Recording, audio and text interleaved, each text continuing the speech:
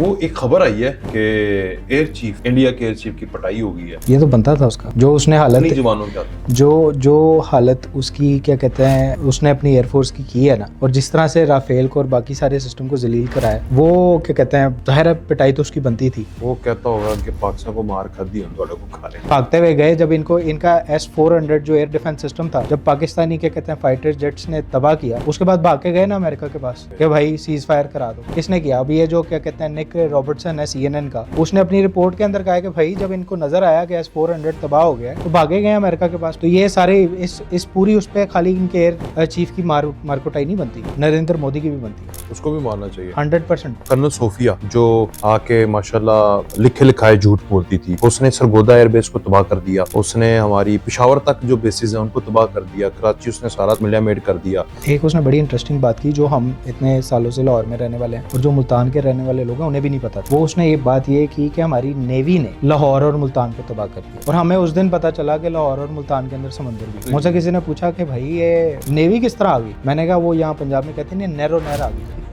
तो मेरे ख्याल से फिर उनकी सब मेरी लाहौर में कहते हैं कितने कहते हैं नैरो नहर आ गई। बिस्मिल्लाहिर्रहमानिर्रहीम, अस्सलाम वालेकुम। मैं हूं वकास फलाना और आप देख रहे हैं 360 डिजिटल। मेरे साथ कामरान सईद उस्मानी साहब मौजूद हैं। कामरान भाई क्या हाल चाल है? शुक्र अल्लाह का, आप सुनाए? ठीक है, खैरियत? ठीक ठाक, काफी अरसे के बाद। बस बीच में आपने देखा एक्साइटमेंट ही बहुत ज्यादा थी जंग की। अच्छा, वो एक खबर आई है कि एयर चीफ, इंडिया के एयर चीफ की पटाई हो गई है। ये तो बनता था उसका, जो उसने हालत जवानों क्या जो हालत उसकी क्या कहते हैं उसने अपनी एयरफोर्स की है ना, और जिस तरह से राफेल को और बाकी सारे सिस्टम को जलील कराया, वो क्या कहते हैं जाहिर है पिटाई तो उसकी बनती थी।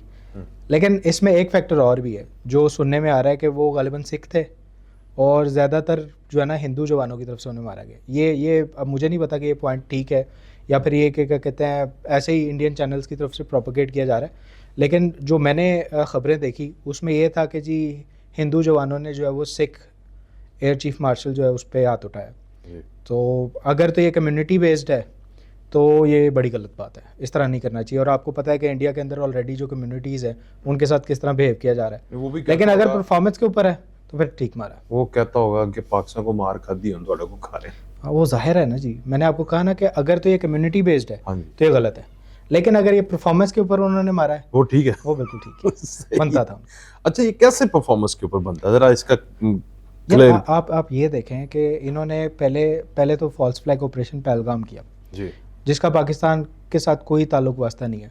फिर दो से तीन वीक्स गुजरे, कोई एविडेंस नहीं था, किसी को नहीं पकड़ा, ठीक है, कोई इन्वेस्टिगेशन नहीं थी। पाकिस्तान ने तो ओपन अप किया ना कि भाई आओ चेक कर लो, इंटरनेशनल प्लेटफॉर्म्स को कहा कि भैया आओ चेक कर लो, अगर पाकिस्तान के बीच में कोई ताल्लुक वास्ता है तो प्रूव कर लो। यही बात हुई ना। इन्होंने फॉल्स फ्लैग ऑपरेशन किया और उसका बदला लेने के लिए इन्होंने क्या कहते हैं लॉन्च किया ऑपरेशन सिंदूर इन्होंने हाथ में पकड़ा और पाकिस्तान के 5 से 6 शहरों के अंदर मिसाइल फायर कर दिए, जिसमें आपने देखा वो बच्चा कितना प्यारा बच्चा था, वो भी शहीद हो गया। हाँ, इर्तजा। और बहुत सी ख़वातीन और मस्जिदें हमारी शहीद कर दी। उसी रात पाकिस्तानी अफवाज ने, पाकिस्तानी एयरफोर्स ने वही सिंदूर इनके हाथ से लिया और इन्हीं की मांग में भर दिया। ये स्टार्ट में ही भर दिया गया था। उसके बाद जो पूरी रात हुआ वो वही हुआ जो सिंदूर भरने के बाद होता है अमूमन।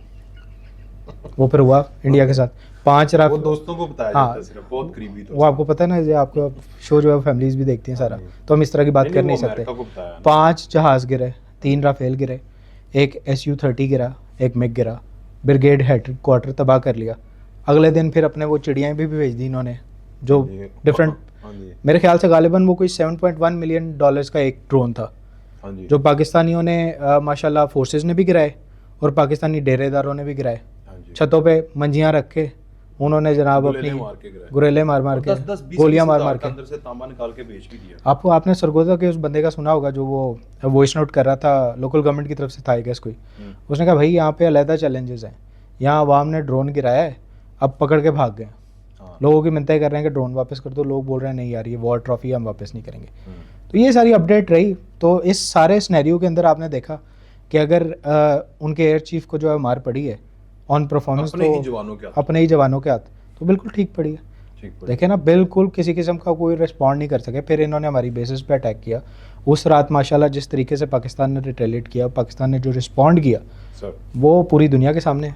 सर फिर भागते हुए गए जब इनको इनका S-400 जो एयर डिफेंस सिस्टम था, जब पाकिस्तानी क्या कहते हैं फाइटर जेट्स ने तबाह किया, उसके बाद भाग के गए ना अमेरिका के पास कि भाई सीज फायर करा दो। किसने किया? अब ये जो क्या कहते हैं निक रॉबर्टसन है CNN का, उसने अपनी रिपोर्ट के अंदर कहा है कि भाई जब इनको नज़र आया कि S-400 तबाह हो गया है तो भागे गए अमेरिका के पास। इंडिया गया पहले अमेरिका के पास कि भाई सीज फायर करा दो, ठीक है ना। तो ये सारे इस पूरी उस पर खाली इनके एयर चीफ की मारकुटाई नहीं बनती, नरेंद्र मोदी की भी बनती है। उसको भी मारना चाहिए 100%। उसको तो पार्लियामेंटेरियन ने बड़ा जलील कर दिया, अब मुक्के चुके रह गए। आपने देखा होगा ना उनके पार्लियामेंटेरियंस जो हैं वो कह रहे हैं भाई पहलगाम की तुमने इन्वेस्टिगेशन नहीं की, तुमने कुछ भी नहीं किया, तुमने मुंह उठा के क्या खाली अपना बिहार का इलेक्शन जीतने के लिए, वहाँ पे पब्लिक सपोर्ट लेने के लिए तुमने उठा के पाकिस्तान के अंदर मिसाइल मार दिए और फिर अपनी मांग में दोबारा सिंदूर भी भरवा दिया। तो ये तो जो इस तरह की जलालत मोदी की वजह से हिंदुस्तान की हुई है, मैं समझता हूँ पहले कभी नहीं हुई। उसने सोचा था चमत्कार होगा, लेकिन वो चमत्कार हो गया ना, बलात्कार हो गया। बलात्कार हो गया, फिर वो चमत्कार नहीं हुआ। इस तरह मैं आपको एक बात बताऊं आकाश, इंडियन कौम जो है ना वो हमारे जैसे ही लोग हैं, हम इंडियंस के खिलाफ नहीं है, लेकिन इंडिया के अंदर जो हिंदुत्व माइंडसेट के इस टाइम पे लोग बैठे हैं ना, उन लोगों को भी अब समझने की ज़रूरत है कि ये जो ब्राह्मण साम्राज्य हिंदुत्व अब माइंडसेट के ये जो बीजेपी सरकार बनी हुई है ना RSS स्पॉन्सर्ड, ये इनके कोई खैर ख्वाह नहीं है। ये एक्सट्रीमिस्ट आइडियोलॉजी ना सिर्फ खत्ते के लिए तबाहकुन है बल्कि इंडिया इटसेल्फ के लिए बहुत बड़ी डिजास्टर है। इस तरह की जलालत इंडिया की कभी नहीं हुई। सही। अच्छा, दूसरा पॉइंट वेरी क्विक जरा बात करते हैं। एक तो कर्नल सोफिया जो आके माशाल्लाह लिखे लिखाए झूठ बोलती थी, उसने सरगोदा एयरबेस को तबाह कर दिया, उसने हमारी पिशावर तक जो बेसिस है उनको तबाह कर दिया, कराची उसने सारा मिलियामेड कर दिया। और एक सॉरी आपकी बात काट रहा हूँ, एक उसने बड़ी इंटरेस्टिंग बात की जो हम इतने सालों से लाहौर में रहने वाले हैं और जो मुल्तान के रहने वाले लोग हैं उन्हें भी नहीं पता थी। वो उसने ये बात ये की कि हमारी नेवी ने लाहौर और मुल्तान को तबाह कर दिया, और हमें उस दिन पता चला कि लाहौर और मुल्तान के अंदर समंदर भी है। मुझसे किसी ने पूछा कि भाई ये नेवी किस तरह आ गई, मैंने कहा वो यहाँ पंजाब में कहते हैं नैरो नहर आ गई। तो मेरे ख्याल से फिर उनकी सबमरीन लाहौर में कहते हैं कितने कहते हैं नैरो नहर आ गई। तो मेरे ख्याल से इनकी जो सबमरीन्स थी ना जी वो भी नैरो नहर ही आ गई। उस बीबी के साथ भी गालिबन मेरे ख्याल से बड़ी ज्यादती की, ज्यादती उसके घर पे भी अटैक किया। और बीजेपी के एक स्टेट मिनिस्टर है मध्य प्रदेश से, ही सेड के ये दहशतगर्दों की सपोर्टर है, इसे जला वतन करके इधर पाकिस्तान में ये बात देख रहे हैं, ये एग्जैक्टली वो माइंडसेट है जिसकी वजह से इंडिया को ये जलालत फेस करनी पड़ी। सारी कम्युनिटीज़ को जिस हालत में इंडिया ने रखा हुआ है, ख़ासतौर पे मुस्लिम्स को देख लें, इवन इनके अपने दलित्स को देख लें, अपने शूद्राज को देख लें, जिस तरह से ये बिहेव करते हैं, इतनी सी इनसे हार जो है वो बर्दाश्त नहीं हुई। अब वो खातून क्या थी, वो तो तर्जुमान थी ना, वो कोई उधर बैठ के कोई खुद थोड़ी ऑपरेशंस को लीड कर रही थी या स्ट्रेटजी, वो तो सच बता रही थी और झूठ बता रही थी मोस्टली। इनके लिखे हुए झूठ, और ऊपर से देख के पढ़ती थी। वो तो देख के बेचारी रीड कर रही थी, इनसे वो भी बर्दाश्त नहीं हुआ। ये तो जो एक्सट्रीमिस्ट लोग हैं, ये इस तरह के लोग हैं कि अगर मैच हार जाते हैं तो अपनी टीम के क्या कहते हैं प्लेयर्स को जीना आराम कर देते हैं, उनके घरों पे गोलियां चलाते हैं, उनके एहतजाज करते हैं, मारकुटाई होती है ठीक ठाक। ये बड़ी एक समझने की ज़रूरत है इंडियन आवाम को कि ये इस एक्सट्रीमिस्ट अप्रोच से निकलना पड़ेगा। पाकिस्तान ने बहुत अरसे से जो इस एक्सट्रीमिस्ट अप्रोच है ना, हमने इसका शिकार रहे हैं। हम जानते हैं कि एक्सट्रीमिज्म जो है ना वो इन दी एंड किस तरह की तबाही लाता है। आप बहुत बड़े गरूर में बैठे होते हैं, जिस तरह भारत था ना, डोमिनेंसी थी, ज़बरदस्ती की बदमाशी पाकिस्तान पे मुसल्लत की ना। भाई पहलगाम से जब लेना देना कुछ नहीं था, पाकिस्तान कह रहा था कि भाई हम ओपन अप हैं, हम नहीं लड़ना चाहते, हम ओपन अप हैं, आप आएँ न्यूट्रल, कोई भी इंटरनेशनल प्लेटफॉर्म आके इन्वेस्टिगेट कर ले। आप इन्वेस्टिगेट करने के बजाय आप सीधा मिसाइल मार देते हैं। तो ये आपकी क्या कहते हैं एरोगेंस थी ना, जो अल्लाह ताला ने खाक में मिला दी।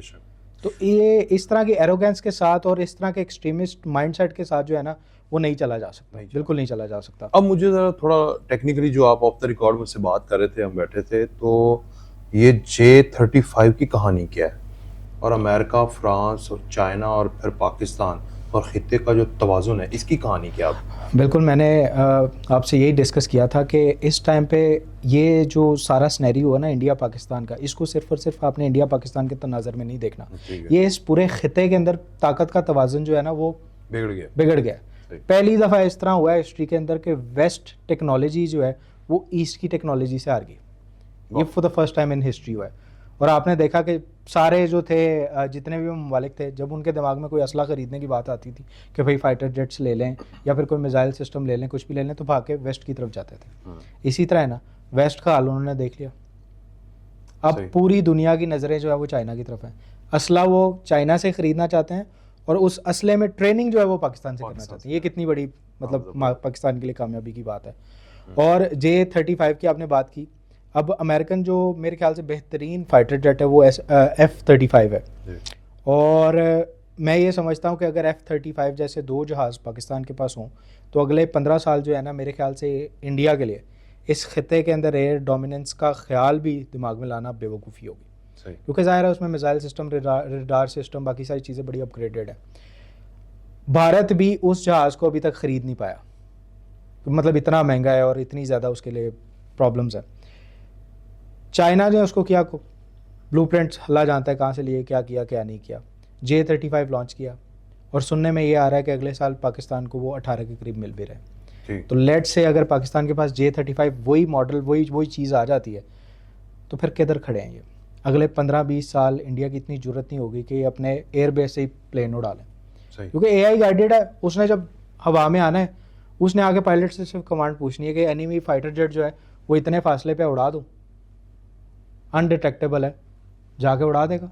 सही। इस तरह की एयर डोमिनेंस अगर पाकिस्तान के पास आ जाती है, और अभी भी अल्हम्दुलिल्लाह अल्लाह ताला ने जो इज्जत दी, और ये उसके बाद फिर आपकी एरोगेंस किधर जाएगी? ठीक, इंडिया की एरोगेंस किधर जाएगी? आप फिर आरतियाँ ही उतारते रह जाएंगे जहाज़ों की। बल्कि किसी मैं कहना नहीं चाहता, मैं किसी मज़हब को टारगेट नहीं करता, लेकिन स्पेशल कोई मंदिर फिर राफेल के लिए भी बना लें, वहाँ पे वो खड़ा करें और उसकी पूजा करें, फिर उसी काम के लिए रह जाएंगे वो, और कुछ से कुछ नहीं कर सकेंगे वो। सही। हाँ, और वो किसी काम के लिए नहीं। अच्छा, वो जो एक डिफरेंस रह गया ना, देखिए आपने कहा कि गालिबन वो जो सिख हैं हमारे इंडिया के जो चीफ हैं, उनकी पटाई हुई है नीचे वाले के हाथों में, हिंदुओं के जवानों। हमारा जो क्रिश्चियन नॉन मुस्लिम भाई कामरान मसीह क्या ज़बरदस्त। आपने उसके घर के हालात देखे हैं? यहाँ जो कहते हैं कि जी फौज जो है बजट खा गई है, वो कामरान मसीह का, या ये एयरफोर्स डिफेंस बजट बहुत ज़्यादा है। स्क्वाड्रन लीडर है वो। हाँ, स्क्वाड्रन लीडर है। आपने उसके घर के हालात देखे और उसकी वालदा की हालत देखी थी कि फ़ख्र से माशाल्लाह कितना खुश थे वो सारे, और मतलब वो उसने आगे अपने वालदा के पाँव भी चूमे। तो ये पाकिस्तान के अंदर कम्युनिटीज़ को इज़्ज़त दी जाती है। यस, पाकिस्तान के अंदर कम्युनिटीज़ को जो है ना एक प्रॉपर राइट्स हैं। आप हिंदू को देख लें, ठीक है, हिंदू पाकिस्तान में राज़ी है। उसके बाद आप क्या कहते हैं, पाकिस्तान के अंदर क्रिश्चियंस को देख लें, एक पूरा मकाम है। अब हमें तो फ़ख्र है वो कामरान मसीह है।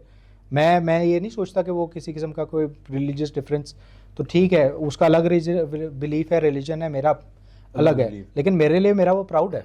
हाँ जी, ठीक है। अगर अल्लाह ना करे उससे ना भी गिरता ना, तो वो उड़ता हुआ भी मेरे लिए प्राउड ही था। वाह, ठीक है, वो उड़ता हुआ भी मेरे लिए प्राउड ही था।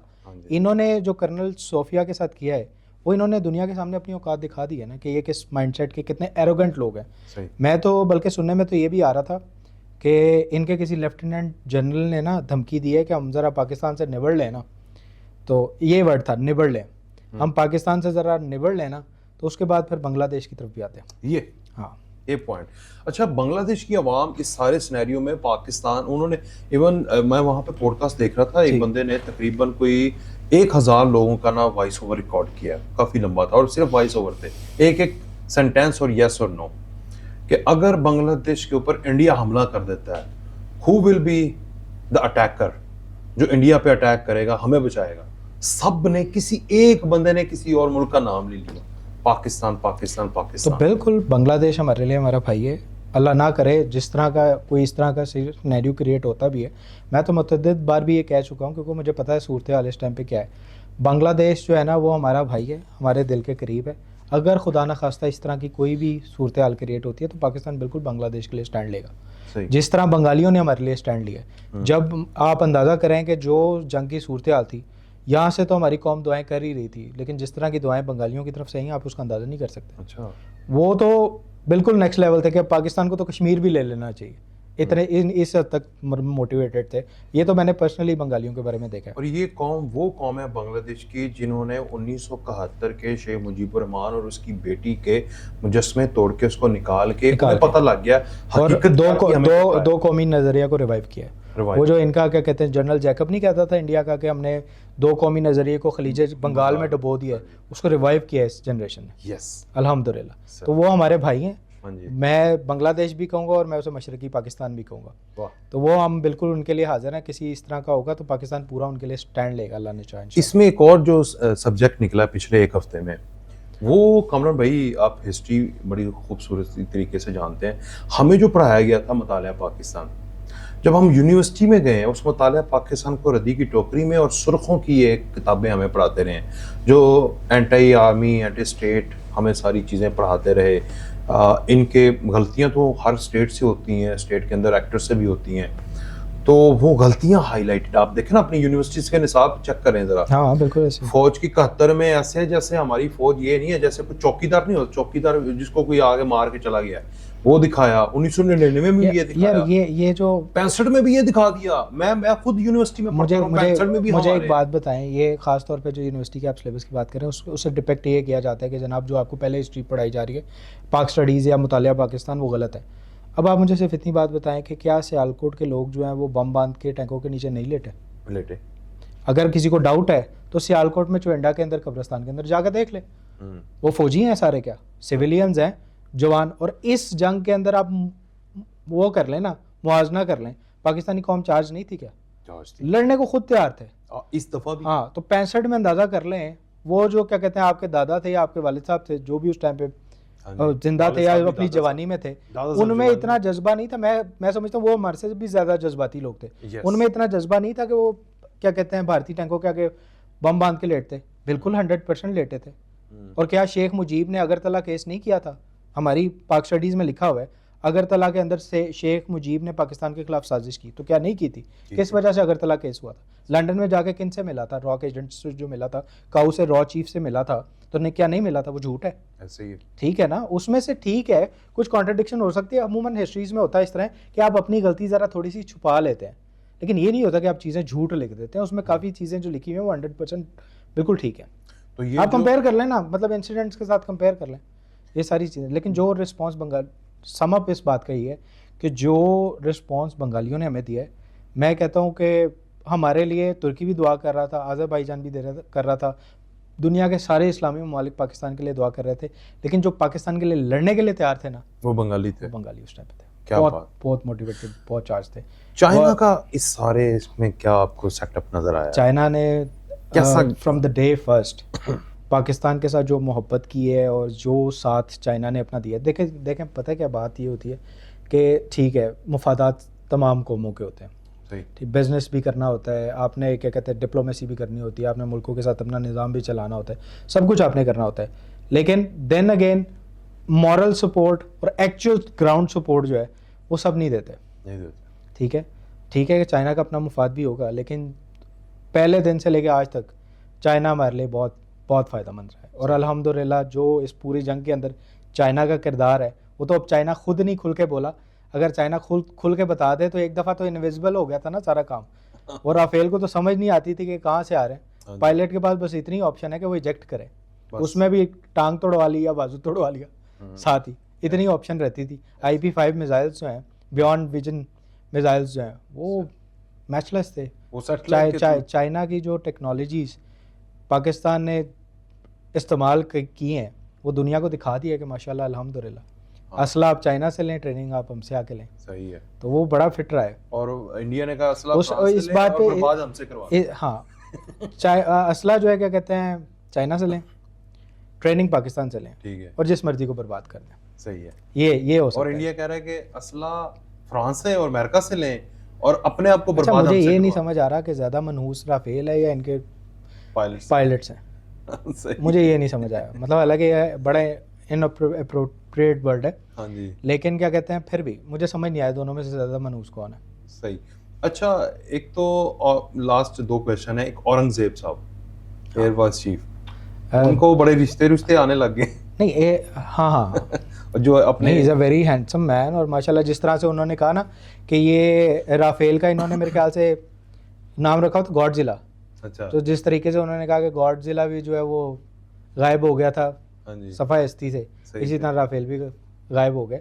तो बड़े अच्छे तरीके से मैं समझता हूँ कि DG ISPR ने भी उस टाइम पे DGPR जो थे क्या कहते हैं एयर फोर्सेस के और ये नेवल के, इन्होंने बहुत ज़बरदस्त तरीके से क्या कहते हैं करने की हैंडल किया, कवरेज दिया सच, और एक दिन किसी के माथे पे कोई शिकन नहीं थी, भरपूर तरीके से। और ख़ास तौर पे जो DG ISPR साहब थे वो जिस तरीके से आए हैं और जिस तरीके से मैं समझता हूँ कि एंकरिंग भी उन पे खत्म हो गई। The way he announced the war, बड़ा मजा आया। हाँ जी, उन्होंने एक सेंटेंस बोला, no you just wait for our response, और कह के चले गए, That's कह के it. चले गए। उसके बाद फिर सिंदूर भरा गया हाँ जी। और अगला काम शुरू हो गया। अगला काम शुरू हो गया। अगला काम शुरू। अब मुझे बताएं, एक तो अमेरिका का reaction and the second Israel, इनका रिएक्शन टूवर्ड्स उम्मा एंड बिलखुसूस पाकिस्तान, इसको कैसे खास इंटरनेशनली? मैंने आपको पहले बताया ना, apart from religious point of view, जी मैं आपको strategically strategic point of view से भी कहूँ ना, तो मेरे Foreign ख्याल policy से का वेस्ट इस टाइम पे सारा परेशान है।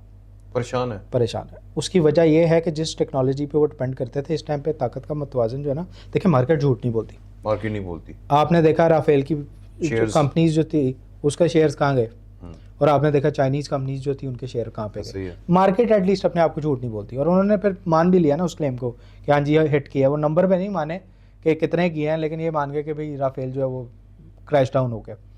तो इसमें मार्केट वो नहीं करती। अब जहाँ तक आप इसराइल और अमेरिका की बात करेंगे, इनके लिए एक बहुत बड़ा धचका है, बहुत बड़ा धचका है। और ख़ास तौर पे चाइनीज़ टेक्नोलॉजी से हार जाना, जिसका ये मजाक उड़ाते थे कि पाकिस्तान अपना इंडियन, आप क्या कहते हैं, उनकी अगर बात सुने ना, जो इनके तज्जियाकार बैठे होते तो वो हंसते थे कि अब ये चाइनीज़ टेक्नोलॉजी के साथ हमारा मुकाबला करेंगे। तो चाइनीज़ टेक्नोलॉजी डोमिनेंस, पाकिस्तान की एयर डोमिनेंस, इनके लिए बहुत बड़ा धचका है। और इसराइल की ही रिपोर्ट्स के ऊपर मैंने खालीपन एक रिपोर्ट देखी थी, अब अल्लाह जानता है वो सच है या वो गलत है। अगर वो सच होगी तो ठीक है, अगर गलत है तो मैं उसके लिए पहले माजरत कर लेता हूँ, क्योंकि मैंने ये पढ़ी है। और वो ये था कि पाकिस्तान की में भी शायद कोई न्यूक्लियर मूवमेंट देख के इसराइल और अमेरिका ने जो है वो इंडिया को इंटीमेट कर दिया था कि भाई अब सीज़ फायर की तरफ जाओ। और ख़ास तौर पे S-400 जब फेल हो गया। तो ये कुछ जर्नलिस्ट ने कहा है, एक जर्नलिस्ट का मुझे नाम भूल रहा है इस वक्त, उन्होंने रिपोर्ट किया प्रॉपर। उन्होंने कहा है कि मार्को रूबियो ने कॉल की थी सबसे पहले नरेंद्र मोदी को, हमारे आर्मी चीफ से भी पहले। तो उन्होंने कहा था, एक दिन पहले उन्होंने कहा था कि हमारे पास बहुत गंभीर किस्म की इंटेलिजेंस है, तो आप प्लीज़ अपना कोशिश ना कीजिएगा। मगर उसने रद्दी की टोकरी में डाला, और रात को 9 मई की रात को वही साहब हो गया ना। 3 साल पहले भी 9 मई वाले दिन ये कहते हैं कि आ जाओ, 10 मई को कहते हैं। अच्छा, वैसे आया जी मैंने इसे अंदाज़ा लगाया कि मई वाले महीने में ना फौज को नहीं छेड़ना चाहिए। 1998 से लेके, हाँ, मई के महीने में ना फौज को नहीं छेड़ना चाहिए, ये गलत है। और ख़ास तौर पर जो डेट रेंज स्टार्ट हो जाती है ना, उसमें तो आप दूर ही रहें। ये डेट रेंज जो 8 मई से लेके 11 मई तक की डेट है ना, और इसमें स्पेशली 9 मई, इसमें फौज से दूर रहना चाहिए, किसी को भी नहीं छेड़ना चाहिए। ना इंटरनेशनल फोर्सेस को छेड़ना चाहिए, इंटरनेशनल आर्म फोर्सेस को छेड़ना चाहिए, ना ही अवाम को छेड़ना चाहिए। तो ये आप सही बात कर रहे हैं कि ये मुख्तलिफ रिपोर्टर्स जो हैं, उसमें CNN का भी, हाँ, ये उन्होंने इन्फॉर्मेशन कहा था कि बहुत गंभीर और बड़ी खौफनाक किस्म। मैंने जो रिपोर्ट पढ़ी थी उसमें ये था कि इसराइल ने भी भारत को इंटीमेट किया कि वहाँ पे न्यूक्लियर मूवमेंट है, तो अब सीज फायर की तरफ जाना चाहिए। जी जी, इसके ऊपर बड़े व्लॉग्स और बड़े मंसूर अली खान साहब ने भी इस पे बात की हुई है, और ये बात सच है कि पाकिस्तान तो इस ऑप्शन पर भी सोच रहा था कि मैं अपने शहरी तो नहीं मरवाने, क्योंकि वो जाहिर है, तो हया नहीं कर रहा ना, हम तो को टारगेट बना रहे हैं और वो आपको और मेरे घर को टारगेट बना रहे हैं। पॉसिबिलिटी नहीं थी ना। पाकिस्तान ने असल में ना SOPs होते हैं कि अगर ये किया तो फिर इसके बाद ये किया तो ये। वो अब इंडिया जिस तरह की डोमिनेंस करना चाह रहा था और जिस तरह के इश्तियाल अंगेजी पे था ना, वो उन SOPs के करीब जा रही थी चीज़। तो अगर उनमें से कुछ ऐसा हो जाता तो फिर अल्लाह ना करे, हम में से तो कोई खत्ते में नहीं चाहता ना। अच्छा, इस तरह का कुछ हो। आपको ना मैंने नोट किया मिसाइल्स वगैरह, लास्ट क्वेश्चन है ये, बड़ी इन्फॉर्मेशन है। व्हाई जस्ट F1, यहाँ से हमने क्यों स्टार्ट किया? मैं तो गोरी थे, अब्दाली थे, शहीन सुन के थक गया। तो हमने स्टार्ट उससे किया जिसका हाल ही में हमने तजर्बा किया, उसे से स्टार्ट किया, तो उसी से। अच्छा, हाल ही में तजर्बा करके हमने उसको क्या कहते हैं, सारी दुनिया को दिखाया भी कि हमारे पास ये है। मैंने आपको बताया ना, बात यहाँ सिर्फ और सिर्फ एरोगेंस की थी। इंडिया ने जो कुछ किया अपनी एरोगेंस में किया। पाकिस्तान ने अपना जो दिफा किया वो महज सिर्फ दिफा था। वो कोई ये उस टाइम पे पाकिस्तान के माइंड में मेरा नहीं ख्याल होगा कि जी हमने एयर डोमिनेंस करनी है कुछ और। हम एक डिफेंडिंग पोजीशन पे थे। देखें, जहाँ तक आपने मिसाइल की बात की ना, मिसाइल का जो SOPs हैं, अगर वो उस टाइम पे टूट जाते, जिस SOP का मैंने आपको कहा है, फिर अगर ये किसी तरह का भी मिसाइल फायर करते ना, किसी तरह का भी, नरेंद्र मोदी मिसाइल के ऊपर खुद भी बैठ के आ जाता ना, तो यहाँ समझा नहीं सकता था लोगों को कि ये कन्वेंशनल मिसाइल है, अनकन्वेंशनल नहीं है। सही, मतलब ये न्यूक्लियर नहीं है। अगर उन पॉइंट्स पे चला जाता तो ये ज़ाहिर है पाकिस्तान ने तो अपनी जो बेहतरीन टेक्नोलॉजी जिसको एक्सरसाइज किया था उन्हीं को फायर करना था। सही। चलें, बहुत शुक्रिया कामरान भाई, बहुत अच्छा लगा और बड़ी इन्फॉर्मेशन भी आपसे मिली। लेकिन वही है कि जो best part of the podcast के उधर सिख हों, मुसलमान हों, वो ऑफिसर्स हों, वो अपने वतन के लिए लड़ भी रहे हों, उनके लिए ज़िल्लत उनके लिए ज़िल्लत है। और हमारे यहाँ नॉन मुस्लिम जो हैं वो, अगर हम कह रहे हैं, कामरान भाई भी कह रहे हैं कि अगर वो कामयाब ना भी होते तो हमारे सरों का ताज था वो, सरों का ताज। कामरान मसीह। क्या बात है, बहुत शुक्रिया कामरान भाई, Thank thank you you. So much. इजाज़त दीजिए, अल्लाह हाफ़िज़।